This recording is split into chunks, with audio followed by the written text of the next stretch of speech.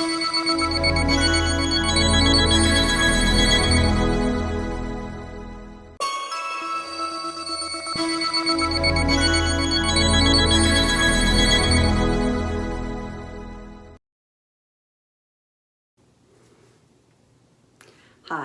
welcome to the Mercurius Being Astro Update. I'm Amy Jensen with your astro information for the Scorpio full moon, which will be exact on Monday, April 26th at 10:31 p.m. Central Time.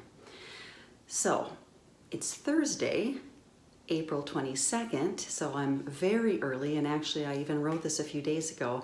And so you may be wondering why I'm releasing this so early, but part of the reason, I was kind of wondering the same thing until I looked back at my notes. Part of the reason is that today Venus and Uranus conjunct tonight at 7:42 p.m. Central Time. And from Adam Gainsburg's Venus information, at this time, Uranus's energy is really impressed upon Venus. And Venus, we still can't see, she's still too close to the sun, but the seeds planted at this time will bear fruit either in November of this year or May or June of next year. So it's a good time to prepare, of course, with Uranus, prepare for the unpreparable, prepare for the unexpected or expect the unexpected. So you could be left with a feeling of either a feeling of being trampled by life or inescapably in charge of what's happening. So again, this is very much taken from Adam Gainsburg's Venus work, so I'm just paraphrasing. So any clumsiness of phrase is all me. So you might feel either trampled by life at this time or inescapably in charge of what's happening. It's time to stand up and take the necessary steps. There might not be clarity for a couple of months, but there's an opportunity for dreaming, imagining, for communing with your future self and staying available for your future self. So structure, money, finances, liquidity, all are kind of up in the air. Those are all things ruled by Venus. This could even be relationships and partnerships and sense of aesthetics. Maybe that's really changing drastically, or you're finding if you're a creative, what you're doing really isn't appealing to you. You're kind of like already feeling like you're in the future with it, but you kind of don't see what that is yet. Okay, so just kind of going with that and planting seeds for the possibilities. Don't rely on info that can assure successful outcomes, because there's no ensuring or assuring anything or reassuring anything right now. So really relying on yourself, your ability to visualize and dream, and really relying on your inner knowledge and intuition. April, May, and June are a time for relying on what preparations you've already made. All right, so that's kind of the lead in, and that's for today, April 22nd. So I better hustle and finish this so I can get it posted. Monday, when we do have the full moon, I'm going to try to get that in too. You can see that Saturn and Uranus, I highlighted what's going on. So when I pulled this chart, I printed it out. The first phrase that came to me was root chakra battle. Okay, and then as I say that, I'm also looking at it, and we've got Mars and Pluto, they're not in anyway. So I'm thinking root chakra battle for Saturn and Uranus. But also Mars and Pluto are still the edges of this bowl configuration. We've got Mars over here, the trailing edge of the bowl, Pluto over here, the leading edge of the bowl, and both those planets associated with the navel chakra. But I don't know, didn't know why I need to mention that, but I just initially went to root chakra battle. Saturn in Aquarius versus Uranus in Taurus. Now this is not exact. It will be in June, on June 14th. It was exact February 17th, and it will be exact June 14th, and again on December 24th. So as you know, February in North America anyway, well, probably know anywhere in the world, but really important in North America in February was the big winter storm. Okay, so that's the first time this was exact, hit Texas and the South very harshly, a lot of power outages in Texas. So the second time it comes around, you know, first thing with Uranus is, oh, you expect something terrible is going to happen, nothing happens. So, but we're just looking at a restructuring. Okay, so on one hand, unexpected, maybe nothing happens. On the other hand, you know, you can maybe expect that there's more shakeups is what I was going to say. And I guess I had written on here the saying that my dad always would say, this old farmer would say, you can sign the papers, boys, but someday the money has got to come. And so there's some kind of like, not reckoning, but like something with this Uranus Saturn square that like restructuring, like you can only delay like the grid work. I'm kind of getting ahead of myself. The energetic things that need to happen for so long before something happens and we're forced to deal with them. All right, I think that's what I was going to say with that. When I wrote with Saturn in Aquarius, when I wrote this, I wrote cog in the wheel and crabby, which is kind of funny because this morning I was feeling really crabby and then I read the notes and I'm like, oh, okay. Feeling crabby in advance for my video today, I guess.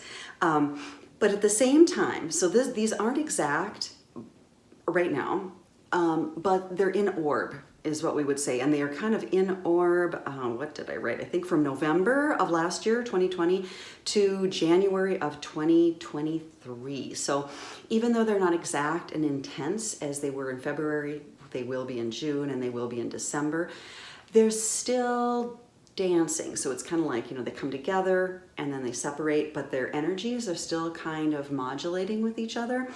And at this full moon, so Uranus is tight with the sun. So let's see if I can do this backwards. So Uranus is tight with the sun, Venus and Mercury, and as I said today, the Venus and Uranus are exactly together. So they're in the fixed sign of Taurus, and then we have Saturn in the fixed sign of Aquarius. And you can see that string, besides the other aspects in the chart, really Uranus and Saturn are kind of the show stealers. So their energy is really affecting this lunation. So that's why I kind of focused on them. So besides, so Saturn being kind of conflicting with, they square with the moon in Scorpio, and it's squaring the sun, Mercury, Venus, Uranus in Taurus. At the same time, it's trining, or it has a harmonious aspect to the North Node in Gemini. So the North Node is our evolutionary path. It's what we're moving toward. And in Gemini, we are trying to, doesn't seem like we're doing it very successfully, people, but trying to invite all kinds of differences of opinions, like Gemini, like, hey, you believe this, and you believe this, and I believe that, and you believe that, and like, cool, let's all talk about what we believe and respect all these different contrasting opinions, right? The South Node being in Sagittarius, which is like what I believe is the right thing, and that's simplifying. Sagittarius, of course, has wonderful attributes as well, but as far as the South Node, then we focus more on the shadow Sagittarius. So at any rate, Saturn is trining the North Node. Okay, so structure and ideas to go forward and work things out and work things through. So Saturn in Aquarius, we're structuring the collective, the ideas that work for the people. Die Leute. So we're trying to make a humanitarian jump here, people, over this year. And right now, as you know, we're kind of in this stage of a lot of blame and shame and name calling. It's like, you're not doing this and that's not healthy, and you're not doing that and that's not healthy, where we do need to be bringing all these ideas in and talking about like, well, this is my belief about what makes me healthy or what makes society healthy. and let's talk about what you believe, and then come into where I think I wrote this in the back as far as Uranus, being more of a solution seeker, like reframing that, looking for solutions instead of a problem solver, which inherently I always thought, oh, I'm such a good problem solver, but I'm like, yeah, I'm focusing on the problem when I think of that instead of redefining it as being a solution seeker. Okay. The other harmonious aspect that Saturn has is a sextile to Chiron in Aries. So sextile is really a smaller aspect. It's kind of a smoothing. I wrote more of an energetic smoothness. So it's like a smoothness, not even as strong as a support, but kind of like opening the door and opening the flow between Chiron and Saturn. So the opportunity for healing. Chiron in Aries is all about individuation and bravery and asserting yourself and being an individual. I guess I just said that. But really feeling strong in yourself and in your physical body and in your agency, okay? So Saturn is trying to help that in the sign of Aquarius, which is energetic. So the root chakra, when I talked about that, it's really Aquarius and Capricorn, but ruled by then Saturn and Uranus. So we're having an energetic, a different way of healing, breaking things up, making them different. Okay, so Saturn in Aquarius is this foundational energy. Uranus in Taurus is energetic. Uranus ruling Aquarius. We've got double energy, but then we've got double earth. So Saturn is earth, Taurus is earth. So again, shaking things up. Taurus is your sense of innate goodness. I always think of, if you think of Lord of the Rings, you think of the Shire. Okay, to me that's pure Taurus. Okay, it's beautiful, it's green, the people are loving and they work with the earth. There's kind of a simplicity in that, a black and white, good and bad. There's a clarity in that. Things aren't complicated by these gray areas. Taurus is about physical resources. Again, the beauty of nature, the tactile nature, and physical comfort, but also feeling really safe and loved and held and valued. It's about what you value. It's also about your self-worth. Again, this just beautiful simplicity, but not like simple-minded at all. Just a beautiful comfort in being in the present moment, I would say, is kind of this Taurus. Scorpio is the polarity. It's where the moon is at, being this full moon in Scorpio. And Scorpio is all about kind of being complicated. It's about the gray area. It's about shadow work and Hades, seeing into the dark, accepting the dark as part of the light, owning all sides of oneself, not just the face that you want to present to other people. It's the face and facet of yourself, both the dark and the light, and integrating them. Integrating the inner face with the outer face. So it's the above the ground, the world in all its splendor, and the underworld of dark caves, but out of which we mine jewels and compostable soil. So both of them together, bringing the underneath up to support the new growth above the ground. So Uranus in Taurus is opposing the Scorpio moon, as I said, conjuncting the sun, Venus, Mercury. It also has a couple minor aspects. So there's energy to be supported. So there's a quintile to Jupiter and a septile to Mars. So these are really minor aspects, and I don't even know why I really heightened them or highlighted them, but just the thought of energy supporting your own intuition at this time and higher guidance to come up with your solutions to all of this lack of clarity that's going on, and this kind of, again, battle of structures and restructuring, just to focus on you thinking for yourself. Imagine that. Wow. Wow, what a breath of fresh air that is. Somebody encouraging you to think for yourself, right? But also think for yourself and speak with the voice. Taurus rules the voice. But speak with a voice that's strong and clear, but also one that takes into consideration the heart. Taurus is at the heart center. It's not okay to just, it's okay, you should speak from your heart. You should speak your truth.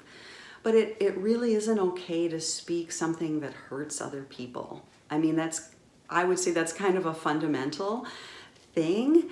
So I guess that, and if you're tuning into this, you're not really one of those people anyway, not like one of those people. I'm not blaming or anything, judging, but I'm just saying, like, really be careful with yourself and with others, the words you speak to yourself. Maybe these are the seeds that you're planting at this time with Uranus and Venus. Like, I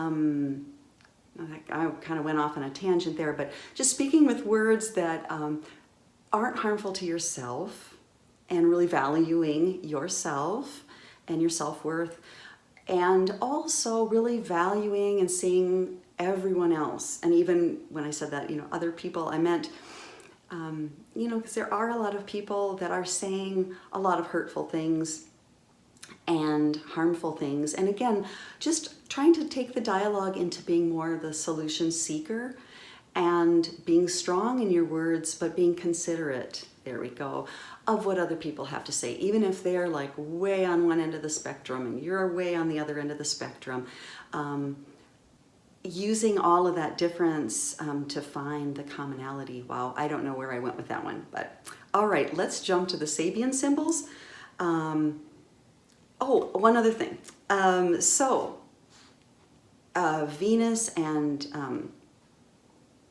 Venus and Mercury will conjunct on the 25th, right before the full moon. And then on the full moon, Venus conjuncts Black Moon Lilith. So this again is from Adam Gainsburg.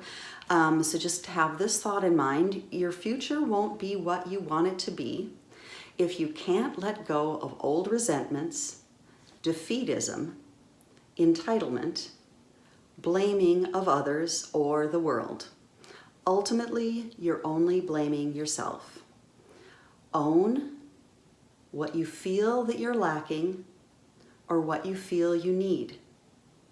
It's time for deep somatic healing and being free in your bodies. And again, that sense of really being in your body in a Venus-Taurus way. All right, so let's move to the Sabian symbols for this lunation.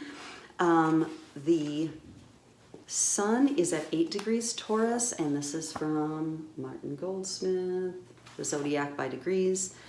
Lecturing on the city of the future, a scientist holds a drawing compass over a perspective drawing of a monorail. Descriptive phrases. Forerunners, knowing the means to get from point A to point B, either for oneself or for humanity. Articulating social problems and solutions. Knowing what missing component must be acquired to reach some goal. Put off dealing with the very problems that are hanging them up. Keeping a chain of reasoning before the mind's eye. Pushing people along a mental trajectory. Interjecting missing facts that push people toward correct conclusions. Confident exposition. Planning a campaign in detailed stages. Maintaining one's goals in an unsupportive environment versus jumping ahead of oneself or being sidetracked. Inventions, I can't talk today. Physical sciences, realistic blueprints for the future, articulated visions of things to come. So that's the degree that the Sun is in on the full moon on Monday. And then 8 degrees Scorpio for the moon. In a dark stream bathed by moonlight, a cobra swims to shore. On discovering another snake there, it stands erect and displays its hood. Descriptive phrases: being aware of dangerous sexual or political undercurrents without feeding them with too much psychic energy.